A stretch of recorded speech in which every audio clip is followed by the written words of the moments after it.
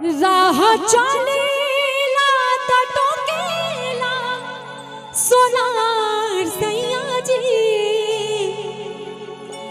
काहे नथिया गढ़वला उधार सैया जी, काहे नथिया गढ़वला उधार सैया जी। राह चलेला टोकेला सोनार सैया जी। आदरणीय अध्यक्ष जी हमारे बीच में जो कब से सभी को आशीर्वाद देते जा रहे हैं, संदीप शर्मा जी, इनसे मेरी मुलाकात पहली बार हुई है शायद, और ये मेरा सौभाग्य रहा है आज शर्मा परिवार में बेटे के इस तिलक उत्सव में। और कहना है क्या आपके लिए, काहे नथिया गढ़वला उधार सैया जी, काहे नथिया गढ़वला उधार सैया जी। राह चलेला टोकेला सोनार सैया जी, राह चलेला टोकेला सोनार सैया जी, काहे नथिया गढ़वला उधार सैया जी, काहे नथिया गढ़वला उधार सैया जी। क्या करते थे साजना तुम हमसे दूर रह के, क्या करते थे साजना तुम हमसे दूर रह के, अक्सर जुदाई में अकेले छुप छुप के रोया करते थे, छुप छुप के रोया करते।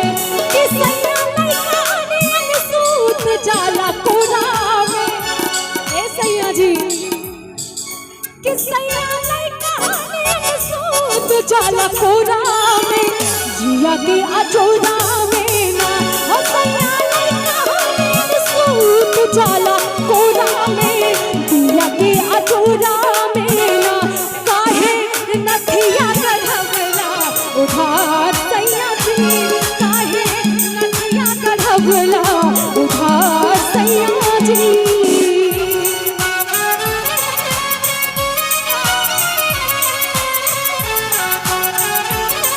जय जय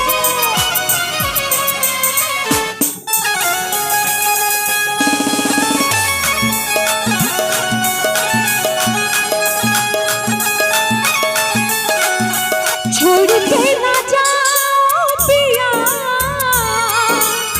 छोड़ के ना जाओ पिया, मैंने तुझको ये दिल दे दिया, मैंने तुझको ये दिल दे दिया। ओ पिया पिया, ओ पिया पिया, मैंने तुझको ये दिल दे दिया, मैंने तुझको ये दिल दे दिया। काहे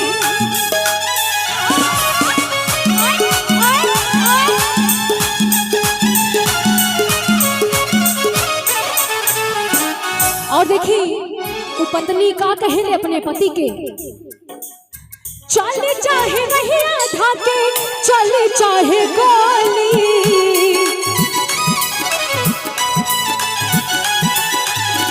काहे लाते है ने आवा कोली।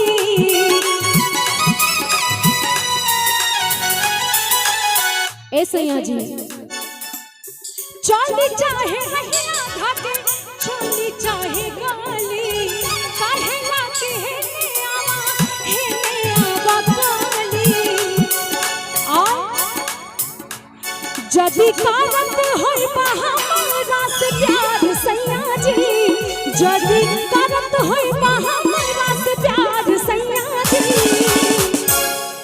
कि जदि करत होई हमरा से प्यार सैया जी, जाके आजुए चुकादा उधार सैया जी, जाके आजुए चुकादा उधार सैया जी।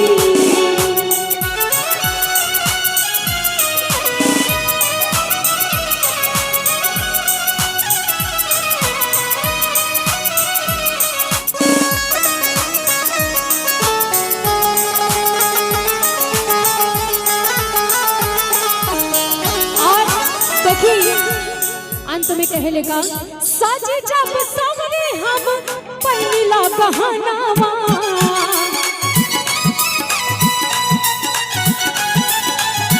पार जाला फीका जब देवे और हनावा